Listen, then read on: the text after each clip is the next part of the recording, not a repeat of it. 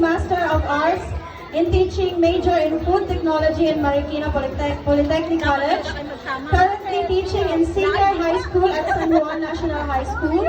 Won the jackpot prize at Everybody Sing. Oh wow! Mapera pala to. A variety show hosted by Vice Ganda. Grabe, ang haba.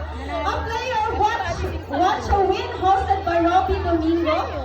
Mr. and Miss Mayamot National High School first runner-up and best in talent in 2016. A representative of Mr. and Miss Joseph Morello Youth in San Jose, Batangas.